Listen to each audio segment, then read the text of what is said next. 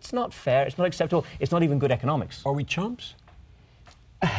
We'll find out. Yes, we may be, okay? It depends on how we play this politically. It depends on what our political system does. It depends, I think, on the level of reaction. The financial system is playing us for chumps, okay? The bankers think we're chumps. We'll find out. We have leadership that can handle this. We'll find out what they do. There was a moment in the hearings this week when Senator Bernie Sanders, the independent senator from Vermont, almost lost his cool. Watch this. In 2006 and 2007, Lloyd Blankfein, the CEO of Goldman Sachs, was the highest paid executive on Wall Street, making over $125 million in total compensation. Due to its risky investments, Goldman Sachs now has over $168 billion in total outstanding debt. It's laid off over 10% of its workforce. Late last year, the financial situation at Goldman was so dire that the taxpayers of this country provided Goldman Sachs with a $10 billion bailout. Very simple question that I think the American people want to know. Yes or no, should Mr. Blankfein be fired from his job and new leadership be brought in? Senator, that's a judgment his board of directors have to make. I want to say one thing which is very important. Everything we do going forward has to be judged against the impact we're going to have on the American people and the prospects for recovery. And every dollar we spend has to be measured against the benefits we bring in terms of... Mr. Secretary, you're not answering my question. You have a person who made hundreds of millions for himself as he led his institution and helped cause a great financial crisis. We have put, as taxpayers, $10 billion to bail him out, and we have no say about whether or not he should stay on the job? No, I didn't say that. I think there will be circumstances, as there have been already, where the government intervention will have to come with very tough conditions, including changes in management leadership of institutions. And where we believe that makes sense, we will do that. Geithner says that's something his board of directors, the board of Goldman Sachs, will have to decide. But aren't we all ipso facto stockholders now? We should certainly have a big say over critical matters like this, like the CEO, because two things. First of all, it's our money that kept these banks in business. Not just the Treasury recapitalization money, that's relatively small. It's the financial support provided by the Federal Reserve. Make no mistake about it, if the Federal Reserve hadn't stepped in late September in dramatic fashion to prop up organizations like Goldman Sachs, they would be out of business, okay? It was our money that did that, the Federal Reserve acting on behalf of the American taxpayer.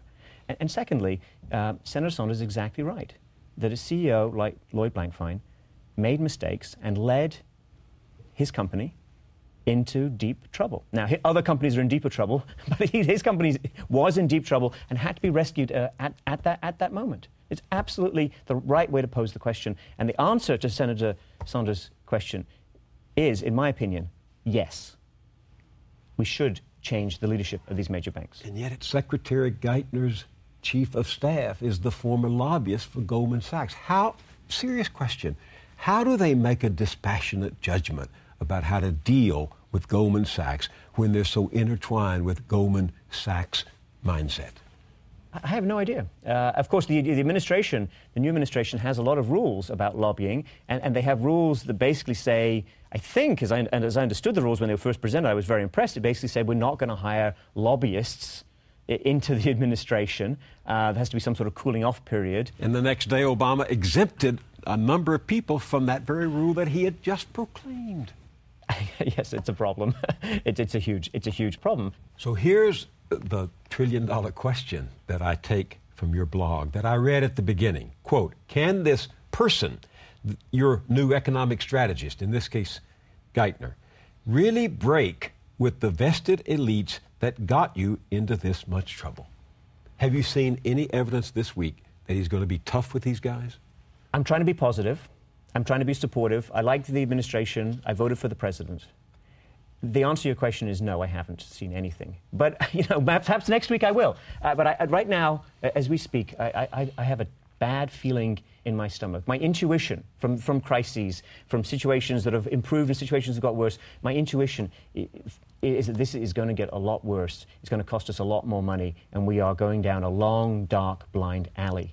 Let's not leave our public in despair here at the end, Simon. I've read everything you've written this week, and it comes down to this. We must break the power of the banks and their lobbies. How do we do that? I think it's quite straightforward in technical or economic terms. At the same time, I recognize it's very hard politically, okay? What you need to do is the stress test that actually Secretary Geithner outlined in his speech on Tuesday. That's where you go and you check the bank's books and you say, okay, not only do we use market prices, not pretend prices, not what you wish things were worth, what they're really worth, okay, in the market today. We use that to value your loans and the securities that you have, your assets, all right? And we also assess what will happen to the value of the things you own if there's a severe recession. So that's the idea. So the stress test is like when you go to see the doctor, they put you on a treadmill and make you run to see how your heart is going to behave under stress. So you're looking at how the bank's balance sheets will look under stress. And then you say to them, this is our assessment of the amount of capital you need to cover your losses and to stay in business and be able to make loans through what appears to be a severe recession. And as the President said, we may lose a decade. So we've got to be very hard-headed, and all the official forecasts are still too optimistic on that. This is the amount of capital you need. Now, you have a month or two to raise this amount of capital privately. And when this was done in Sweden, by the way, in the early 1990s, they did it to 3 big banks. One of the 3 was able to go to its shareholders, raise a lot more capital, and stay in business as a private bank, same shareholders. That's an option, totally fine. However, the ones that can't raise the capital are in violation of the terms of their banking license, if you like. So we have no problem in this country shutting down small banks. In fact, the FDIC is world-class at shutting down and managing the handover of deposits, for example, from small banks. They managed IndyMac, the closure of IndyMac, beautifully. People didn't lose touch with their money for even a moment. But they can't do it to big banks because they don't have the political power. Nobody has the political will to do it. So you need to take an FDIC-type process, you scale it up, you say, right, you haven't raised the capital privately, the government is taking over your bank, you guys are out of business, your bonuses are wiped out, your golden parachutes are gone, okay? Because the bank has failed. This is a government-supervised bankruptcy process. The FDIC, it's called, in the terminology of the business, it's called an intervention. The bank is intervened. You don't go into Chapter 11 because in bank, that's too messy, too complicated. There's an intervention. You lose the right to operate as a bank. The FDIC takes you over. I think we agree, everyone agrees, we don't want the government to run banks in this country. Never done it before. Never done it before. It's not gone well anywhere in the world. And the idea of getting your money out of the bank being like visiting the DMV to get your driver's license, not appealing. Okay, that's not what we're going to do. That's not what the Swedes did. That's not the state of the art. It's not what the real banking experts are going to tell you to do. They're going to say you set it up. You set up the government intervention, and there's various technical ways to do this, so that you reprivatize very quickly. Now, it might take 3 months. It might take 6 months. It'll depend on the overall macroeconomy turning around. But there's a lot of private money out there. Let's call it private equity. These people would like to come in and buy these reprivatized banks. You would attach antitrust provisions to this, so the banks are broken up as part of this transaction. Senator Saunders has a great saying. He says, any bank that's too big to fail is too big to exist. Right. I think exactly right. So in this transformation, you're bringing in private equity. You're using, I think this is, to me, the right idea, and what we've learned in other countries, you're using part of the powerful financial lobby against another part. You're using private equity that would do very well in this against the inbred insider big bankers. And you're doing this in a way so that the taxpayer decides who the new owners are. The new owners come in and do a lot of the restructuring. They're going to fire a lot of these managers. I can absolutely assure you that. They're going to put in new risk management systems. They're going to have to make the banks smaller.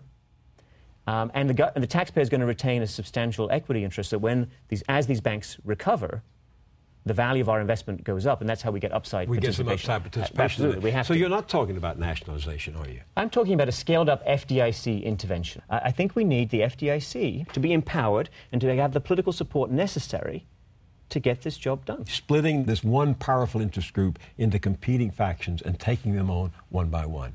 That is classic oligarchy breaking strategy. Now, I do admit that once you've done that, you have to worry about the new oligarchs. That's why you're breaking up the banks. You don't want to just change the owners of banks that are too big to fail, because they'll be coming around in 5 years for another handout. The structure of our banking system, the concentration of power in big financial institutions has to change.